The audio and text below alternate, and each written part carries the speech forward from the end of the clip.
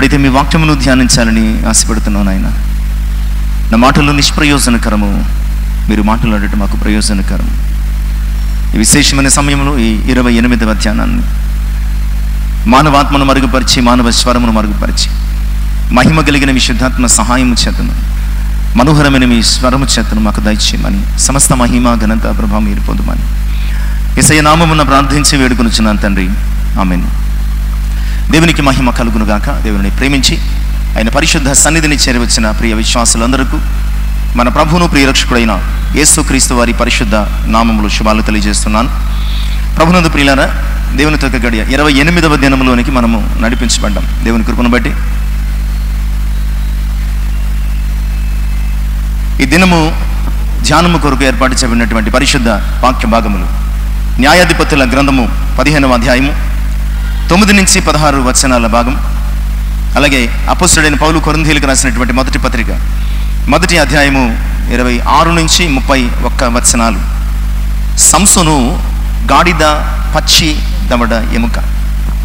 ప్రభునందు ప్రియులారా, ఈ వాక్య భాగంలో మనము దేవుని యొక్క కార్యాన్ని చూస్తూ ఉన్నాం.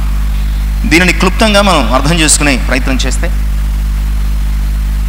మనము నిన్నటి దినమున ధ్యానించినటువంటి సంఘటనలు అన్నీ అయిపోయిన తర్వాత అతడు యాతాము బండ సందులో నివసించినటువంటి మరి కాలంలో ఫిలిస్తీయులు సంసోను చేసిన దానికి ప్రతీకారంగా ఇశ్రాయేలు ప్రజలకు వచ్చి లేహీలో దోపిడి కొరకై దండు దిగినప్పుడు యోధావారు వారితో మాట్లాడుతున్నారు. మీరు ఎందుకు మా మీదకి వచ్చారంటే, మాకు సంసోను చేసినట్లు మేము కూడా మీకు చెయ్యాలి కదా అన్నప్పుడు యోధా జనులలో 3000 మంది యాతాము బండ సందు దగ్గరికి పోయి సంసోనుడు చూచి, ఫిలిస్తీయులు మన ఏలికలని తెలియదా? నువ్వెందుకు ఇలాంటి కార్యం చేశాం?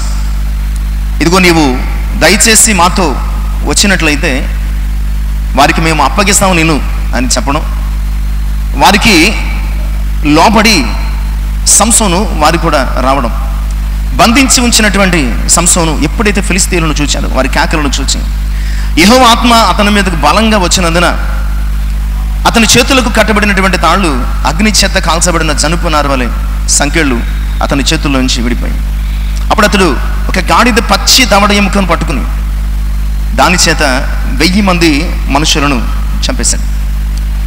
ప్రియులారా, ఈ యొక్క అంశాన్ని గురించి మనము ఆత్మీయంగా ధ్యానం చేసే ముందుగా ఇక్కడ ఉన్నటువంటి సంఘటనను మనం ఆలోచన చేసే ప్రయత్నము చేద్దాం. మనము 300 నక్కల సంఘటన గురించి నిన్న ధ్యానం చేశాం. ఈరోజు గాడిద పచ్చి దవడ ఎముక గురించి ధ్యానం చేస్తున్నాం. ఈ రెండింటికి ఉన్నటువంటి తేడా, అది ఒక అద్భుతంగా మనం చాలాసార్లు 300 నక్కలు పట్టుకోవడం అద్భుతంగా భావించాం. కానీ ఎందుకో నిన్నటి దినమున అది సంసోను యొక్క ఆత్మీయ దిగజారుడు లేదా పతనానికి ఒక సాదృశ్యంగా మనకు అనిపించింది. కానీ ఈరోజు ఒక గాడిద పచ్చి దవడ ఎముకను పట్టుకుని 1000 మంది ఫిలిస్తీయులను చంపడం అనేది ఒక ఆత్మీయ సంగతిగా మనం చూస్తున్నాం. కొంతమంది పండితులు అన్నారు, ఇతడు నాజీరు చేయబడినవాడు కదా, అంటే ప్రత్యేకపరచబడినవాడు, ప్రతిష్ఠించబడినవాడు. అలాగూ ఆ పచ్చి గాడిద దవడ ఎముక పట్టుకోవడం వల్ల ఈ సంఘటనలో కూడా సంసోను తప్పే చేశాడు, ఎందుకంటే అపవిత్రుడు అయిపోయాడు అని వాదించడం జరుగుతుంది. నిజమే. సంఖ్యాకాండము 6వ అధ్యాయము 6-7 వచనాలు మనం చూసినప్పుడు, అలాగే సంఖ్యాకాండము 19వ అధ్యాయం 16వ వచనాన్ని కూడా మనం చూసినప్పుడు, ప్రత్యేకించబడిన వాడు అంటే నాజీరు చేయబడినవాడు, వ్రతము చేయబడినవాడు ఉండాల్సినటువంటి లక్షణం. అతడు చచ్చిన శవములలో దేనిని ముట్టుకున్నా 7 దినాలు కడగా ఉండాలి. బంధువులలో కానీ మనుషుల్లో కానీ ఎవరిలోనైనా సరే అతడు చచ్చిన శవాన్ని పట్టుకుంటే అతడు 7 దినాలు కడగా ఉండాలి అన్నటువంటి ఒక ఆజ్ఞ లేదా నిబంధన, ఒక కట్టడ ఆ 2 వాక్య భాగాలలో మనం చూస్తున్నాం. అలాంటప్పుడు సంసోను ఒక గాడిద పచ్చి దవడ ఎముక పట్టుకోవడం, ఖచ్చితంగా సంసోను అపవిత్రుడు అయిపోయాడు అని చాలామంది చెప్పడం జరిగింది. కానీ ఇక్కడ గమనించాల్సిన 2 భాగాలలో సంఖ్య 6-6-7, సంఖ్య 19-16 ఈ 2 వచనాలలో ప్రభునందు ప్రియులారా, అక్కడ ఆ సందర్భాన్ని, ఆ సంఘటనను దేని గురించి మాట్లాడుతున్నాడంటే మనుష్యుల శవాన్ని గురించి, మాట్లాడుతున్నాడు. ఇంకా చెప్పాలంటే శవము అంటే కేవలము మనిషి మృతదేహానికి మాత్రమే వాడే పదం. ఒకవేళ చచ్చిపోయిన జంతువుల గురించి మాట్లాడాల్సి వస్తే దానిని కళేబరము అని అనడం జరుగుతుంది. ఇక్కడ చాలా స్పెసిఫిక్గా నాజీరు చేయబడినటువంటి ఒక వ్యక్తి, అతడు తన బంధువులలో కానీ లేదంటే మనుషుల్లో ఎవరైనా శవాన్ని ముట్టుకుంటే 7 దినాలు కడగా ఉండాలి. కానీ జంతువుల గురించి ఇతర వాటి గురించి దేని గురించి కూడా అక్కడ స్పష్టంగా రాయబడలేదు. కనుక మరికొంతమంది ఏమన్నారంటే ఇది అపవిత్రత ఎంత మాత్రం కూడా కాదు, అపవిత్రత అనేది మనుషుల శవాన్ని ముట్టుకోవడం వలన మాత్రమే వస్తుందన్నారు. దానికి బలము చేకూర్చే మరొక విషయం ఏంటంటే 14వ వచనములో అతడు లేహికి వచ్చే వరకు ఫిలిష్తీయులు అతను ఎదుర్కొని కేకలు వేయగా యెహోవా ఆత్మ అతని మీదకి బలముగా వచ్చినందున. నిన్నటి ధ్యానానికి ఈ ధ్యానానికి మధ్య ఉన్నటువంటి డిఫరెన్స్, సంసోను అపవిత్రుడు కాలేదు, అది అతని తప్పిదము కాదు అనడానికి చాలా ప్రధానమైనటువంటి అంశం ఏంటంటే ప్రియులారా, ఇక్కడ అతడు ఆ పని చేయడానికి ముందు అతని మీదకి ఏమొచ్చింది? దేవుని ఆత్మ బలముగా అతని మీదకి వచ్చింది. ఒక వ్యక్తిని దేవుని ఆత్మ ఆవహించినప్పుడు లేదా కమ్ముకున్నప్పుడు ఆయన ఆత్మ ఎలాంటి అపవిత్ర కార్యము అతని చేత చెయ్యించడం ఎంత మాత్రం కూడా జరగదు. కనుక అది ఎంత మాత్రం అపవిత్ర కార్యం కాదు. దేవుని ఆత్మ చేతనే అక్కడ సంసోను 1000 మంది ఫిలిష్తీయులను చంపేశాడు అన్నది మనం అంగీకరించాల్సినటువంటి సత్యం. అయితే ఇదే టెక్స్ట్లో సంసోను చేసిన ఒక తప్పిదం కనబడుతుంది. అతడు పచ్చి గాడిద దవడ ఎముకను పట్టుకుని 1000 మంది ఫిలిష్తీయులను చంపడం ద్వారా ఎలాంటి అపవిత్రతకు లోను కాలేదు. కానీ ఈ సంఘటనలో ఈ యొక్క టెక్స్ట్లో సంసోను తప్పిదం ఒకటి కనబడుతుంది. ఆ తప్పిదం 16వ వచనాన్ని చదివితే మనకు అర్థమవుతుంది. అప్పుడు సంసోను గాడిద దవడ ఎముకతో ఒక కుప్పను 2 కుప్పలను నేను చంపి ఉన్నాను, గాడిద దవడ ఎముకతో 1000 మంది నరులను చంపి ఉన్నాను. ఇక్కడ జరిగినటువంటి ఈ ఘనమైనటువంటి కార్యాన్ని సంసోను తనకు ఆపాదించుకోవడం. సంసోను ఏం చేస్తున్నాడండి? నేను చంపాను, నేను చంపాను, నేను చంపాను. ఒకవేళ బలవంతుడైతే కావచ్చు, కానీ దేవుని ఆత్మ లేనిది అతడు పని చేయలేడు. అక్కడ అతిశయముతో నేను చంపాను, నేను చంపాను, నేను చంపాను అన్నటువంటి సంగతులను మాట్లాడుతున్నాడు. ఎందుకు? ఆదికాండము 4వ అధ్యాయం 23వ వచనంలో ఉన్నటువంటి లెమెకు కనబడుతున్నాడు మనకి. లెమెకు కూడా చాలా అతిశయముతో మాట్లాడుతున్నాడు. నేను ఒక పడుచువాడిని చంపాను, ఒకవేళ కయ్యేనును చంపినందుకు 7 అంతలు వస్తే నా మీదకి 77 అంతలు శిక్ష రావాలి అని చాలా గర్వంతో అతిశయంతో మాట్లాడుతున్నాడు. అలాంటి అతిశయమే ఇక్కడ సంసోనులో మనకి కనబడుతుంది. ఈ కార్యమందు సంసోను యొక్క మరి యొక్క ఆత్మీయ బలహీనత, అపరిపక్వత ఇక్కడ చాలా స్పష్టంగా మనం చూస్తున్నాం. ప్రియులారా, దేవుడు నీ శక్తిని బట్టి నీ బలాన్ని బట్టి ఆయన కార్యాలు చేసేవాడు ఎంత మాత్రం కూడా కాదు. మనం అపొస్తలుల కార్యం గ్రంథంలో 4వ అధ్యాయం 13-14 వచనాలు చూస్తే కనుక శిష్యుల ధైర్యాన్ని చూసి, వారు చేస్తున్న ఆశ్చర్య కార్యాలను చూసి అక్కడ ఉన్నవారు అందరూ ఏం చేశారంటే ఆశ్చర్యపడిపోయారు. ఆ తర్వాత ఆ 14వ వచనములు వారు యేసుతో కూడా ఉన్నవారిని గుర్తించారు. ఆయన నీతో ఉంటేనే నువ్వు కార్యాలు చేయగలవు, ఆయన నీతో ఉంటేనే అద్భుతాలు చేయగలవు. ఆయన లేకుండా నువ్వెంత బలవంతుడివైనా, ఎంత జ్ఞానవంతుడివైనా, ఎంత ధనవంతుడివైనా నువ్వు జీరో. ఎందుకంటే నాకు వేరుగా ఉండి మీరేమి కూడా, అతను సంసోను కావచ్చు, ఎవరైనా కావచ్చు. జకర్యా గ్రంథం గడిచిన ఈ ధ్యానాల్లోనే మనం ఒకసారి జ్ఞాపకం చేసుకో. జకర్యా గ్రంథం 3వ అధ్యాయం 6-7 వచనాల భాగం. శక్తి చేతనైనను బలము చేతనైనను కాక నా ఆత్మ చేతనిది జరుగును. మనం చేసే ప్రతి కార్యం ఆయన మహిమ కొరకైన ప్రతి కార్యం ఆయన ఆత్మ అన్నది. కనుక ఇలాంటి ఒక సందర్భంలో సంసోను నేను చంపాను అని ఈ మాటలు పలకడం సంసోను యొక్క ఆత్మీయ అపరిపక్వతను సూచించే అంశంగానే మనం జ్ఞాపకం చేసుకోవాలి. ఎందుకంటే ఇదే న్యాయాధిపతుల గ్రంథం 16వ అధ్యాయం 19-22 వచనాలు మనం చూస్తే కనుక సంసోను యొక్క తల తీసేసిన తర్వాత అతన్ని బంధించి ఫిలిష్తీయుల దగ్గర తీసుకుని వెళుతున్నప్పుడు సంసోను చేసిన పని ఏంటంటే, ఎప్పటి మాదిరి నేను విడజిమ్ముదును అనుకుని ప్రయత్నించాడు, కానీ యెహోవా అతనిని ఎడబాసినందున అతడు ఏమీ కూడా చేయలేక, బలవంతుడే ఫిజికల్గా, అతను ఫిజిక్ ఏం మారలేదు. తల అప్పటికప్పుడు తీసేశారు, కానీ ఆ రాత్రికి రాత్రి తన ఫిజిక్ ఏమీ మారలేదు. అంతే దృఢంగా ఉన్నాడు, అంతే బలంగా ఉన్నాడు, అంతే శక్తితో ఉన్నాడు. బట్ యెహోవా అతనిని ఎడబాసినందున అంత బలము దృఢంగా ఉన్న వ్యక్తి ఏమీ కూడా చేయలేదు. దీనిని బట్టి ఈ 16వ వచనంలో సంసోను దేవుని ఘనతను తనకు ఆపాదించుకోవడం అతని ఆత్మీయ జీవితంలో ఒక పెద్ద తప్పిదంగా కూడా మనము అర్థం చేసుకోవాల్సి ఆలోచించాల్సినటువంటి అవసరం ఉంది. ఇక్కడ ఒక పచ్చి గాడిద దవడ ఎముక సంసోను కాకపోతే ఇంకొకరిని పెట్టి ఆయన కార్యాన్ని చేస్తాడు.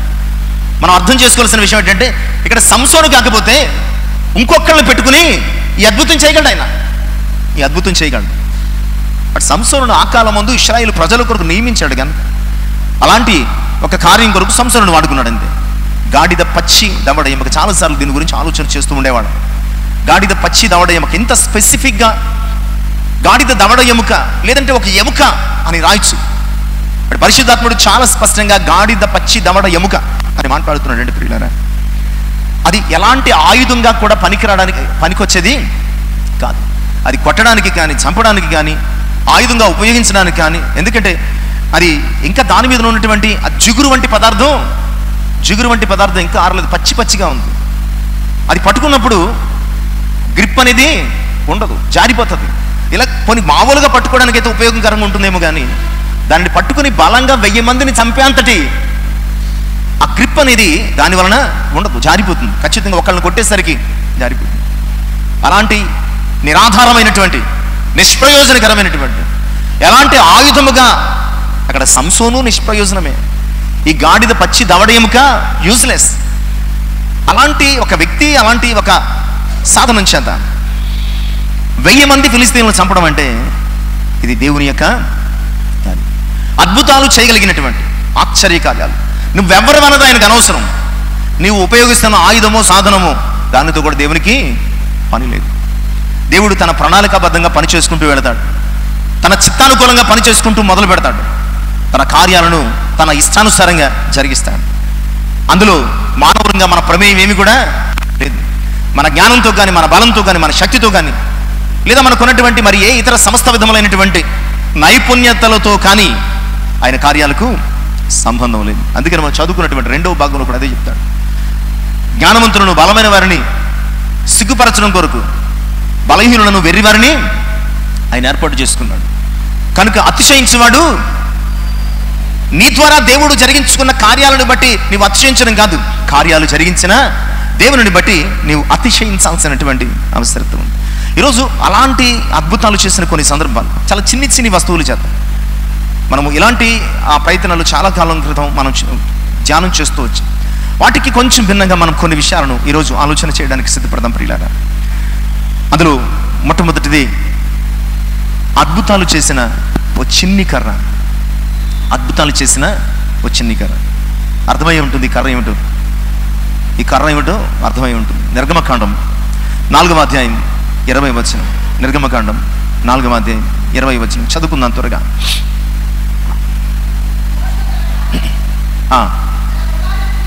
మోషే తన భార్యను, తన కుమారులను తీసుకుంది, గాడిద మీద నెక్కించుకుంది. మోషే దేవుని కర్రను తన చేత పట్టుకుని, ఒక కర్రండి 430 సంవత్సరాల ఐగుప్తు బానిసత్వం నుంచి ఇశ్రాయేలు ప్రజలను అనేక అద్భుతాలు చేయడం చేత విడిపించింది. అంతేకాదు ప్రియులారా, 40 సంవత్సరాల అరణ్య ప్రయాణంలో ఎన్నో కార్యాలు అదే కర్రతో చేశాడు. మోషే ఇశ్రాయేలు ప్రజలను విడిపించడం మొదలుకొని అతడు తిరిగి చనిపోయే వరకు కూడా మోషే చేసిన ప్రతి అద్భుతములోనూ ఆ కర్ర పాత్ర చాలా గొప్పది. అందుకని అన్నాడు, నీ కర్ర చేత పట్టుకుని. దేవుడు మోషేతో మాట్లాడిన ప్రతిసారి కూడా ఒక మాట అనేవాడు. దేవుడు మోషేతో ఏదైనా చేయించడానికి, ఏదైనా జరిగించడానికి, ఏదైనా చెప్పడానికి, ఎక్కడికైనా వెళ్ళమనడానికి మోషేతో దేవుడు మాట్లాడినప్పుడల్లా ఒక మాట ఖచ్చితంగా అనేవాడు. ఆ మాట ఏమిటంటే, ఇదిగో నీవు నీ కర్రను చేత పట్టుకుని వెళ్ళు. నీవు నీ కర్రను చేత పట్టుకుని వెళ్ళు. ప్రియులారా, చాలాసార్లు మోషేను గొప్పవానిగానే మనం అభివర్ణిస్తూ ఉంటాం. నిజమే, గొప్పవాడికి కావచ్చు. బట్ తన గొప్పతనం చేత కార్యాలు చేయలేదు. ఇక్కడ అతడు కర్ర పట్టుకుని వెళ్ళాడు. ఏ కర్ర అంటే దేవుని కర్ర. నిజమే ప్రియులారా, దేవుని యందలి విశ్వాసం అనే కర్ర, దేవుని వాక్యం అనే కర్ర, లేదంటే మరి ఏదైనా సరే నువ్వు ఏ రీతిగా అనే దాన్ని వర్ణించుకోవచ్చు. నువ్వు దేవుని చేతుల్లో నీవే ఒక కర్రగా ఉండగలిగితే, నీ ద్వారా ఆయన అద్భుతాలు చేసుకుంటాడు. అంటే దాన్ని బట్టి అదేదో నీ గొప్పతనమని భావించడానికి వీలు లేదు. ఐగుప్తు దేశంలో చేసిన ప్రతి అద్భుతము ఆ కర్ర ద్వారానే దేవుడు జరిగించాడు. ఎర్ర సముద్రాన్ని పాయలు చేయడం కూడా ఆ కర్ర ద్వారానే. అంతెందుకు, అమాలేకీయుల మీద యుద్ధం చేసినప్పుడు ఏం చేశాడు? ఆ కర్ర పట్టుకుని పైకెత్తినప్పుడు ఇశ్రాయేలు ప్రజలు నెగ్గారు. ఆ చేయి కిందకు దించేసినప్పుడు ఏమయ్యారు? నిజమే ప్రియులారు, ఆయన నిన్ను ఎత్తి పట్టుకుంటేనే నీ ద్వారా కార్యాలు జరుగుతాయి. అది ఆయన గొప్పతనం తప్ప నీ గొప్పతనము మరొకరి గొప్పతనము ఎంత మాత్రం కూడా కాదు. కనుక ఆయన అద్భుతాలు చేసేవాడు. అతిశయించాలంటే కనుక మనం దేని యందు అతిశయించాలండి? దేవుని యందు మాత్రమే అతిశయించాలి. అద్భుతాలను బట్టి అది నీ గొప్ప నా గొప్ప అని ఎంత మాత్రం కూడా అతిశయించ వీలు లేదు అన్న సంగతిని జ్ఞాపకం చేస్తున్నాం. ఇక రెండవ అంశంలోని కూడా మనం ఈ సమయమందు నడిపించబడే ప్రయత్నం చేద్దామండి. రాజుల 2వ గ్రంథము 2వ అధ్యాయం 8వ వచనము 14వ వచనం. రాజుల 2వ గ్రంథం 2వ అధ్యాయం 8వ వచనము 14వ వచనం. అంతటా ఏలియా తన దుప్పటి తీసుకుని మడత పెట్టి నీళ్ళ మీద కొట్టగా అది అవతలకు విడిపోయింది. అలాగే 14వ వచనంలో కూడా తిరిగి ఎలీషా తిరిగి వస్తున్నాడండి. ఏలియా కాదు ఇక్కడ, ఎలీషా. అదే కొన్ని వచనాలు తేడాలు. ఎలీషా తిరిగి వస్తున్నాడు. ఏలియా చేసిన అద్భుతాన్ని చూసి అతని ఆత్మలో నా మీద కూడా పాళ్ళు ఉంటే కనుక నేను కూడా ఈ ప్రయత్నం చేస్తానని చెప్పి తన పై వస్త్రాన్ని చింపి దానితో యొర్దాను నది పైన కొట్టగా మరలా ఏమైందండి? యొర్దాను పాయలు చేసిన ఒక పాత దుప్పటి. ఎందుకు ఈ విషయాలు నేను పరిచయం చేస్తున్నానంటే, ఆయన అద్భుత కార్యాలలో నిన్ను వాడుకోవడం తప్ప నీ గొప్పతనం ఏమి కూడా, అసలు నీ ప్రమేయం ఏమీ కూడా లేదు. నువ్వు కాకపోతే ఒక చిరిగిపోయిన దుప్పటితో ఆయన కార్యాలు చేస్తాడు. ఒక చిరిగిపోయిన దుప్పటితో ఆయన కార్యాలు చేస్తాడు. ఏలియా తన మీద ఉన్నటువంటి ఆ దుప్పటిని తీసి, కొత్త దుప్పట్లు ఏం వాడరు కదా ఈరోజు, అంటే బట్టలు చాలా సులువుగా చవకగా ఎక్కడ పడితే అక్కడ దొరుకుతున్నాయి. ఆ రోజు కొన్ని సంవత్సరాలు వాడేవారు వస్త్రాలు. దాన్ని ఉతుక్కుని వేసుకుని కొన్ని సంవత్సరాలు, చాలా పాతదై ఉండొచ్చు. బహుశా ఏలియా అంతటి వయసు కూడా కలిగి ఉండొచ్చు ఆ దుప్పటికి.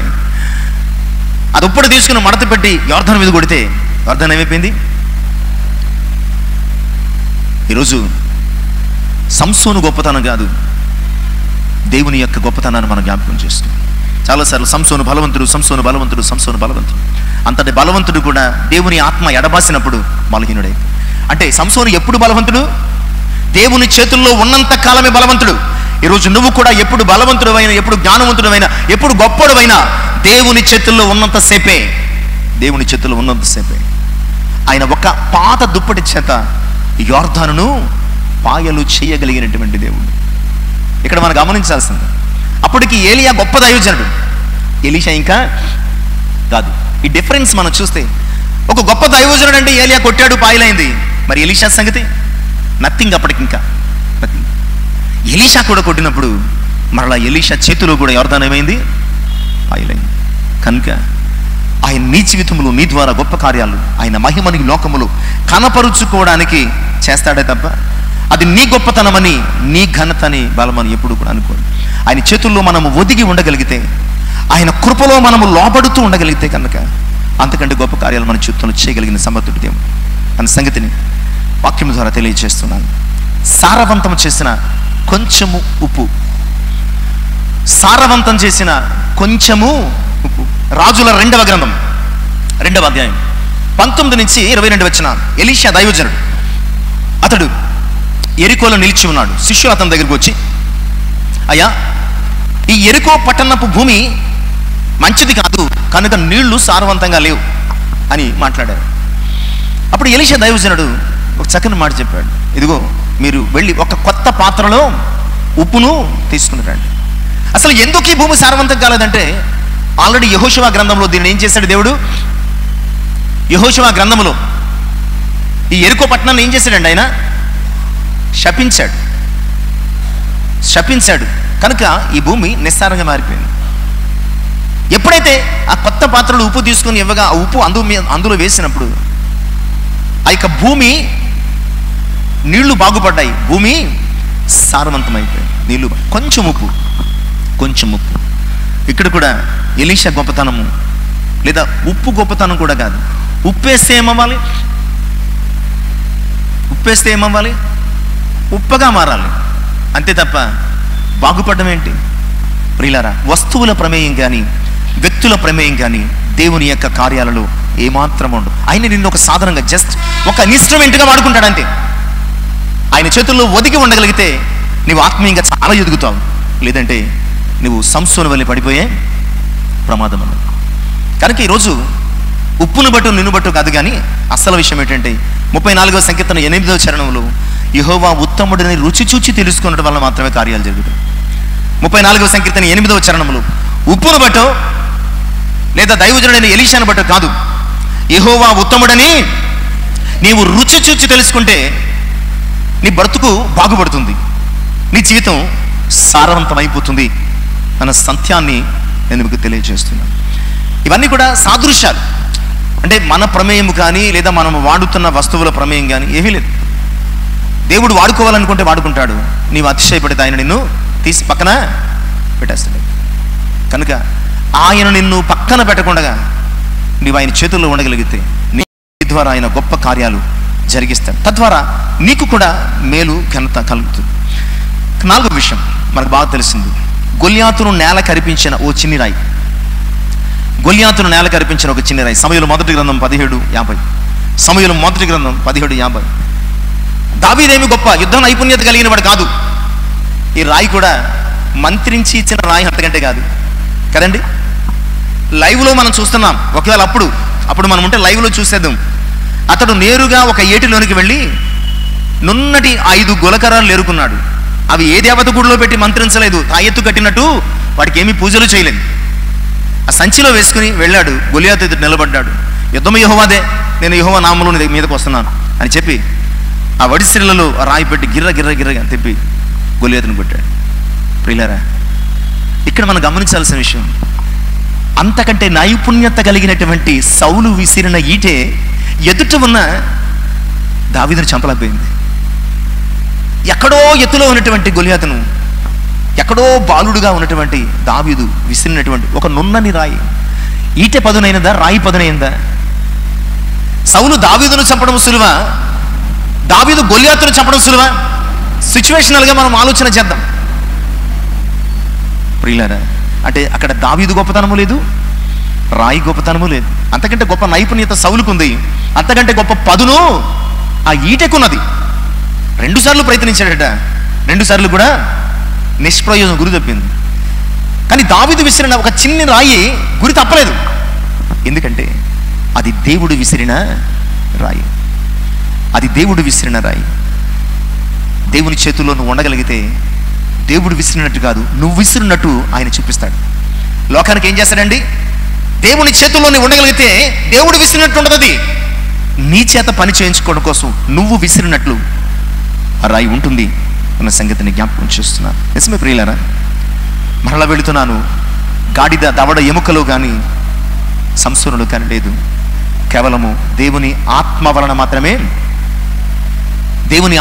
మాత్రమే ఆ గొప్ప కార్యము జరిగింది అన్న సంగతిని దేవుని. నిజమే 127వ సంకీర్తన 4వ చరణం చాలాసార్లు మనం చదువుకుంటాం కదండి. బలవంతుని చేతిలో బాణం. నిజమే, బలవంతుడైన దేవుని చేతిలో ఉండగలిగితే దేనినైనా నీవు చాలా ఇట్టే సులువుగా ఛేదించగలవు, సాధించగలవు. ఇక 5వ అంశం మనం చూద్దామండి. మారాను మధురంగా మార్చిన ఓ చిన్ని చెట్టు. మారాను మధురంగా మార్చిన ఓ చిన్న చెట్టు. మరలా నిర్గమకాండంలోనికి మనం వెళ్ళగలిగి 15వ అధ్యాయం 25వ వచనం. మారా నీళ్లు చేదు, ఇశ్రాయేలు ప్రజలు సనుక్కున్నారు. మోషే దేవుని వైపు చూచాడు. దేవుడు మోషేకు ఒక చెట్టు చూపించాడు. ఆ చెట్టును నీళ్లలో వేయగా ఆ నీరేమైపోయిందండి? మధురమైపోయింది. ఇది కూడా చాలా ఆశ్చర్యకరమైన సంగతి. చెట్టు తీసి నీళ్లలో వేస్తే ఏమవుతుంది? ఆ కొమ్మ తేలుతుందంతే. ఆ కొమ్మ ఏమవుతుంది? తేలుతుందంతే. కానీ చేదు తేలిపోయి మధురమైనటువంటి రుచి దానికి కలిగింది. ఇక్కడ చెట్టు గొప్పతనము, వేసిన మోషే గొప్పతనము ఎంత మాత్రం కూడా కాదు. ప్రియులారా, ఆ మారాను మధురంగా మార్చింది మోషే దేవుని పట్ల చూపించినటువంటి ఓ చిన్ని లోబాటు అంతే. నీవు ఆయన చేతుల్లో లోబడితే ప్రియులారా, ఎలాంటి చేదు అనుభవాన్నైనా నీ బ్రతుకులైనా మధురంగా చేసేస్తాయి. ఎందుకు మన జీవితాల్లో చేదు అనుభవాలు తెలుసా? మనం ఆయనకు లోబడక పోవడం. మనం ఆయనకు లోబడకపోవడమే మన జీవితంలో గొప్ప చేదైనటువంటి అనుభవాలు. ఒక్కసారి నీవు ఆయనకు లోబడి చూడు, ఎంతటి చేదైన అనుభవాలనైనా ఆయన మధురంగా మార్చివేయగలిగినటువంటి సమర్థ. అక్కడ మోషే లోబడ్డాడు, చేదు మధురమైంది, ఇశ్రాయేలు ప్రజల దప్పిక తీరింది. ఈరోజు మారాను మధురంగా మార్చిన దేవుడు, నువ్వు కూడా ఆయనకు లోబడితే నిన్ను కూడా ఆయన మధురంగా మార్చేస్తాడు. మరొక విషయాన్ని మనం చూద్దామండి. విషమును విరిచిన కొంచెము పిండి, విషాన్ని విరిచిన కొంచెము పిండి. రాజుల 2వ గ్రంథం 4వ అధ్యాయం 39 నుంచి 41 వచనాలు. అక్కడ భోజనము సిద్ధపరచడానికి వారందరూ కూడా అడవిలోనికి వెళ్ళి, ఆ తోటలోనికి వెళ్ళి కూర మొక్కలను సేకరిస్తున్నారు. అందులో ఒకడు తెలియకుండా వెర్రి ద్రాక్ష తీగను తీసుకొచ్చి కోసుకుని ఒడిలో వేసుకుని దానిని తీసుకొచ్చి ఎందులో వేశాడు? కూరలు వండుతున్న కుండలో వేశాడు. వంట అయిపోయింది, వడ్డిస్తున్నప్పుడు ఒక శిష్యుడు వెంటనే తిని పెద్ద కాకి వేసి, అయ్యా కుండలో విషం ఉన్నది అన్నాడు. కుండలో విషముని అనగానే దైవజనుడు ఎలీషా అన్నాడు, కొంత పిండి తీసుకుని రండి అన్నాడు. ఆ కొంత పిండి ఆ కూరలో వేయగానే అదేమైపోయింది? బాగుపడింది. ఆ కొంచెము పిండి ఆ కూరలో వేయగానే బాగుపడిపోయింది. ప్రియులారా, పిండిలో ఏమీ లేదు, అలాగే ఎలీషా దైవజనుడు కూడా ఏమీ లేదు. విషయమంతా మన కొరకు నల్లగొట్టబడి విరగొట్టబడిన క్రీస్తులోనే ఉంది. మన కొరకు నలగొట్టబడి విరగొట్టబడి మన పాపాన్ని తీసివేసి పరిశుద్ధులుగా మలిచిన యేసయ్యను నీ జీవితంలో కలిగి ఉంటే ఎంత విషమైన నీ జీవితంలో ఏమైపోతుందండి? విరుగుడైపోతుంది. ఎంత విషమైన నీ జీవితంలో విరుగుడైపోతుంది. ఎందుకంటే ఆయన విరిగిన శరీరములో నీ విషాన్ని విరచగలిగిన ప్రభావం ఉన్నది. నీ పాపపు ముళ్ళునే విరిచినది ఆయన త్యాగం. అలాంటిది నీ విషాన్ని విరవలేదా? అలాంటి అద్భుతం జరగడానికి నీ జీవితంలో నువ్వు ఒకవేళ ఆశపడితే కనుక మన కొరకు విరుగుగొట్టబడి నలగొట్టబడి ప్రాణాన్ని అర్పించిన యేసయ్య నీ జీవితంలో కలిగి ఉండు. నీలో ఉన్నటువంటి సమస్త విషాన్ని కల్మషాన్ని కూడా ఆయన తీసివేస్తాడు. ఇక 7వ విషయాన్ని మనం ఆలోచన చేద్దాం. 7వ విషయాన్ని, కరువు దినములన్నిటా పోషించిన ఒక చిన్ని అప్పం. కరువు దినాలన్నిటా పోషించిన ఒక చిన్న అప్పం. రాజుల 1వ గ్రంథం 17వ అధ్యాయం 13 నుంచి 16 వచనాలు దైవజనుడు చెప్తున్నాడు, నువ్వు భయపడొద్దు, వెళ్ళి నేను చెప్పినది, నువ్వు భయపడొద్దు, నువ్వు వెళ్ళి చెప్పింది చెయ్యి. నిజమే, వెళ్ళి చెప్పినట్లు చేయగానే దైవజనుడు చెప్పినట్లు కరువు దినములన్నిట ఆమె ఇంటి వారు దైవజనుడు కూడా ఏమయ్యారండి? పోషించబడ్డారు. ఒక చిన్న అప్పము, ఖాళీ అయిపోయిన పాత్రలు. కానీ అక్కడ అద్భుతానికి ఆధారం ఏంటంటే ఆయన చెప్పింది చేయడు, ఆయన చెప్పింది చేయడు. నిజమే, నీ జీవితం ఒకవేళ సమృద్ధికరంగా మారాలి అనుకుంటే కనుక, సమృద్ధికరంగా మార్చబడే ఓ అద్భుతం నీ బ్రతుకులో జరగాలనుకుంటే కనుక మనం చేయాల్సినటువంటి విషయం ఏంటంటే ఆయన చెప్పిందల్లా మన జీవితంలో చేయాలి.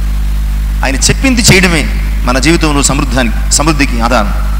ఆయన చెప్పింది చేయడమే మన జీవితంలో సమృద్ధికి ఆధారం. మనం అనుకోవచ్చు, ఇది ఇచ్చేస్తే నేనేమవ్వాలి, ఇది ఇచ్చేస్తే నేనేమవ్వాలి. ప్రియులారా, నీ గుప్పులు విప్పితే ఆయన ఏం చేస్తాడో తెలుసా? నీవు నీ గుప్పులు విప్పావని కూడా ఆయన ఏం చేస్తాడో తెలుసా? ఆయన తన గుప్పిలి విప్పుతాడు. తన గుప్పిలి ఎంత ఉంటుంది? ఒక ఐడియాకి వద్దాం. తన గుప్పిలి ఎంత ఉంటుందండి చెప్పనా?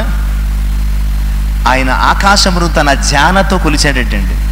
అంతే కదా, ఆకాశాన్ని ఏం చేశాడు? ఆయన తన జానతో కొలిచాడు. అందుకనే ఆయన తన గుప్పిలను విప్పి, ఆకాశపు వాక్యంలను విప్పి విస్తారమైన దీవెనల వర్షిస్తాడు. ఆయన గుప్పిలు విప్పితే ఆకాశం అంత ఉంటుంది. ఆయన గుప్పిలు విప్పితే ఆకాశం అంత ఉంటుంది.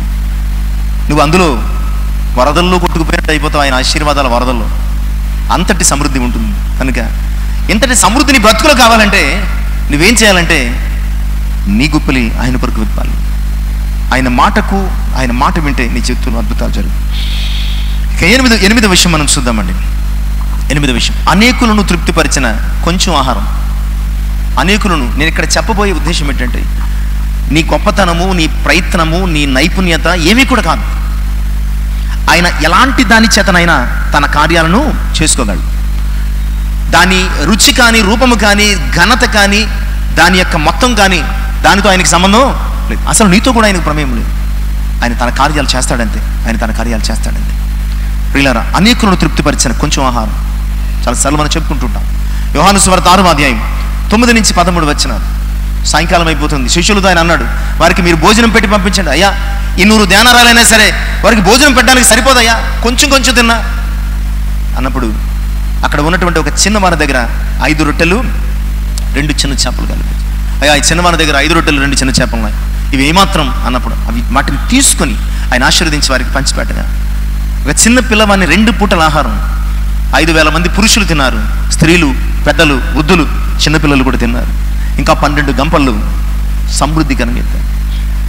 కొంచెం ఆహారం ఇన్ని వేల మందికి ఎలా సరిపోయింది? కొంచెం ఆహారం ఇన్ని వేల మందికి ఎలా సరిపోయింది? ఎలా సరిపోయిందంటే, నువ్వు ఇవ్వడం ప్రారంభిస్తే సరిపోద్ది. నువ్వు ఇవ్వడం, అది తన దగ్గరే ఉంచుకుంటే, పిల్లాడు ఆహారం తన దగ్గరే ఉంచుకుంటే 2 పూటలకు మాత్రమే సరిపోతుంది. ప్రభు చేతుల్లో పెట్టాడు కనుక, ప్రభు చేతుల్లో పెట్టాడు కనుక అన్ని వేల మందికి సంతృప్తికరంగా వారు భుజించగా ఇంకా 12 గంపలు ఎత్తారు. ఇంకా 12 గంపలు ఎత్తారు. ప్రియ సంగమ, ఈరోజు అద్భుతాలు నీ ద్వారా చేసుకుంటాడు. అది ఆయన గొప్పతనం తప్ప నీ గొప్పతనం ఏమి కూడా. నిన్ను కాకపోతే ఇంకొకళ్ళని వాడుకుంటాడు. నిన్ను కాకపోతే ఇంకొకళ్ళని వాడుకుంటాడు. అది నీ గొప్పతనం కాదు, దేవుని యొక్క కృప గొప్పతనం అన్న సంగతిని ఆలోచించాను. కొంచెము విధేయత గొప్ప స్వస్థత. కొంచెము విధేయత గొప్ప స్వస్థత. రాజుల 2వ గ్రంథం 5వ అధ్యాయం 14వ వచనం. రాజుల 2వ గ్రంథం 5వ అధ్యాయం 14వ వచనం. ప్రభునందు ప్రియులారా, ఆ వచనంలో నయమాను మనకి కనబడుతున్నాడు. అతడు మొదట యార్దానులు 7 మార్లు మునగమంటూ కోపించి వెళ్ళిపోయాడు. పనివారి చేత మరలా హెచ్చరించబడి తిరిగి మరలా వచ్చి యార్దానులో 7 మార్లు మునిగాడు. దీని అర్థం ఏంటంటే, అతని విధేయతను సూచిస్తుంది. పెద్ద విధేయత ఏం కాదు. జీవితాంతం అతనేమీ విధేయతగా లేడు. జీవితాంతం విధేయతగా లేడు. తిరిగి మరలా వెళ్ళిపోయి తన పని తాను చేసుకున్నాడు.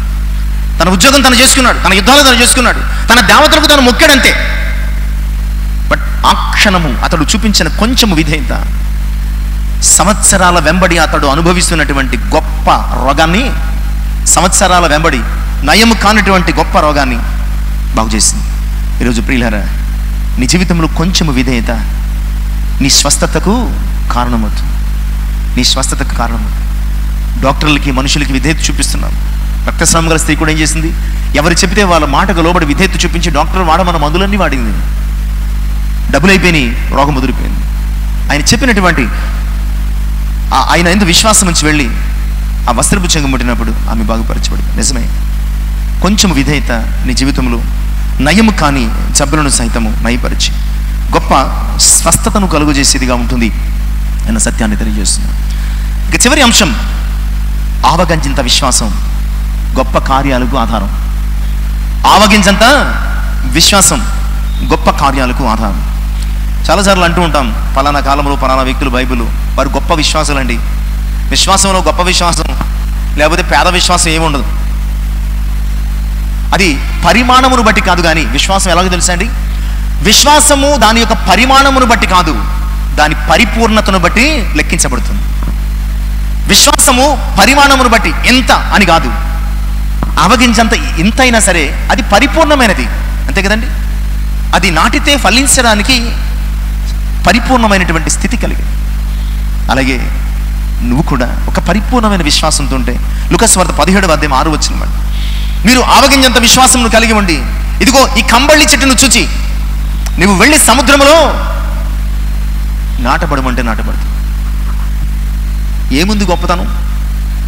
ప్రియులారా, ఇక్కడ ఆయన అంటున్న మాట, నీవు లేచి వేళ్లతో పెకిలించబడి సముద్రములో ఏమన్నాడండి? సముద్రములో నీ లైఫ్లో ఎంత టెక్నాలజీ సంపాదించినా నాటగలవా? మొక్కని సముద్రములో నాటగలవా? బట్ ఇక్కడ విశ్వాసం ఉంటే నీవు నాటలేని చోట నాటగలవు, పండించలేని చోట పండించగలవు. ఎలాంటి ప్రయత్నము లేకుండా నువ్వు ప్రభు కృపచేత జీవించగలవు. ఇక్కడ అదే చెప్తున్నాడు. విశ్వాసం ఉంటే ఈ నేల మీద నాటబడినటువంటి ఈ కంబళి చెట్టు పెకిలించబడి సముద్రములో నాటబడడం అంటే అది నాటబడుతుంది. అంతటి ప్రవాహంలో కూడా నాటబడడం అంటే స్టేబుల్గా ఉండడం, కొట్టుకుపోకుండా ఆ సముద్రంలో నేల మీద నాటబడినట్టు నాటబడడం అనమాట. నిజమే ప్రియులారా, ఈరోజు ఈ అన్ని సాదృశ్యాల వెనుక ఉన్నటువంటి అర్థం ఏంటంటే, ఎప్పుడు కూడా నిన్ను బట్టి నీవు అతిశయపడద్దు. అలాగే ఎప్పుడు కూడా నీకున్నటువంటి నైపుణ్యతలు, వనరులు లేదా సాధనాలు, ఆయుధాలను బట్టి నీవు అతిశయపడదు. నీకున్నటువంటి నైపుణ్యతలను బట్టో, సాధనాలను బట్టో, ఆయుధాలను బట్టో, అంతెందుకు నిన్ను బట్టి కూడా ఆయన తన కార్యాలు చేయడు.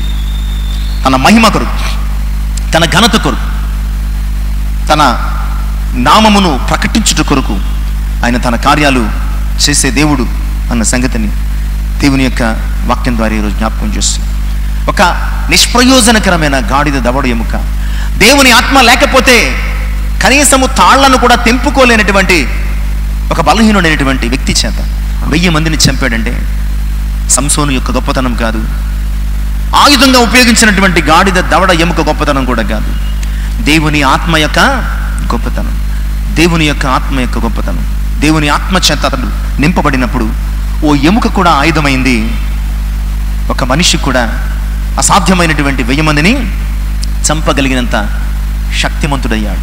ఒక సింహాన్ని చంపడానికి 1000 మందిని చంపడానికి చాలా తేడా ఉన్నది. సింహముతో పోరాడినప్పుడు టార్గెట్ ఒకటే, కాన్సన్ట్రేషన్ ఒకటే, ఇలాంటి కన్ఫ్యూజన్ లేకుండా చేయొచ్చు. బట్ 1000 మందితో పోరాడడం అలాంటిది కాదు. 1000 మంది రౌండప్ చేస్తే, మీదకి వస్తే ఎవడు ఎటువైపు నుంచి దాడి చేస్తాడో తెలియదు. దేవుని ఆత్మ అతని చుట్టుపక్కల గమనిస్తూ అతని చేత 1000 మందిని నేలకు అర్పించింది. ఈరోజు మరొక మారు చెప్తున్నాను, అతిశయించువాడు ప్రభువునందు మాత్రమే. ఎందుకు ఇంత ధ్యానం చేయాల్సి వచ్చిందంటే, సంసోను అతిశయిస్తున్నాడు. నేను చంపాను, నేను చంపాను, నేను చంపాను. మనం ధ్యానించుకున్నటువంటి సాదృశ్యాలన్నీ కూడా నథింగ్లోంచి వచ్చినటువంటి విషయాలు. అవేమి కూడా ప్రత్యేకమైనవి, మనము పరిగణనలోకి తీసుకోదగినవి కాదు. అవి కేవలము స్వల్పమైనవి, అల్పమైనవి. కానీ దేవుడు తన గొప్ప కార్యాలను చేయడానికి గొప్పగా వాడబడ్డాయి. కనుక ఎప్పుడు కూడా నీ గొప్పతనాన్ని బట్టి అతిశయపడక, ఆయన కృపను బట్టి అతిశయపడు, ఆయన కనికరమును బట్టి అతిశయపడు, ఆయన ప్రేమను బట్టి అతిశయపడు, వెరసి ఆయనను బట్టి అతిశయపడు. అది మనకు ఆశీర్వాదకరం. మన ద్వారా దేవుడు అనేక గొప్ప కార్యాలు చేయడానికి అది ఆస్కారంగా ఉంటుందన్న సంగతిని జ్ఞాపకం చేస్తూ కొద్ది మాటలు ముగిస్తున్నాను. మాటలు మన జీవితంలో దేవుడు ఆశీర్వాదంగా ఫలింపించాను గాక. ఆమేన్. తల నుంచి ప్రార్థన చేసుకున్నాం. పరిశుద్ధ వందనాలు. ఇంతవరకు మాతో మాటలు నిజమైన ఆయన సంసోను ఒక పచ్చి గాడిద దవడెముక పట్టుకుని 1000 మంది ఫిలిష్తీయులను చంపాడు. ఆ తర్వాత మీ ఆత్మ అతన్ని ఎడమాసినప్పుడు తన తాళ్ళు కూడా తెంపుకోలేకపోయాడు. ఇక్కడ సంసోను గొప్పతనము ఆ పచ్చి గాడిద దవడ ఎముక గొప్పతనం కూడా కదే. అయ్యా, అది మీ గొప్పతనం, మీ మహిమ, మీ ఘనత, మీ ప్రభావం, కృప చూపించిన తండ్రి. ఈరోజు మేము కూడా ప్రతి చిన్న విషయానికి నేను నేను నేను క్రైస్తవ విశ్వాసాన్ని పట్టి పీడిస్తున్న ఒక పెద్ద జాడ్యము జబ్బు, నేను అనే అహము, అహంకారం. నాయన, నేను లేకపోతే, నేను రాకపోతే, నేను చెయ్యకపోతే, నేను మాట్లాడకపోతే, ఇలాంటి సంసోను వంటి ఓ అతిశయము నుంచి మమ్మల్ని తప్పించి విధేయత కలిగిన వారంగా మీ చేతిలో వాడబడ్డానికి, లక్ష్యాలు ఛేదించడానికి, అయా మీ రాక కొరకు మేము సిద్ధపరచబడానికి విన్న వాక్యం మా హృదయంలో ఫలించి సమస్త మహిమ, ఘనత, ప్రభావం మీరు యేసయ్య నామమున ప్రార్థించి వేడుకొనుచున్నాను తండ్రి. ఆమేన్. దేవునికి మహిమ కలుగును గాక. దేవుడు మీరు దీవించి ఆశీర్వదించును గాక. ఆమేన్. ప్రభునందు ప్రియులారా, 28వ దిన ధ్యానాన్ని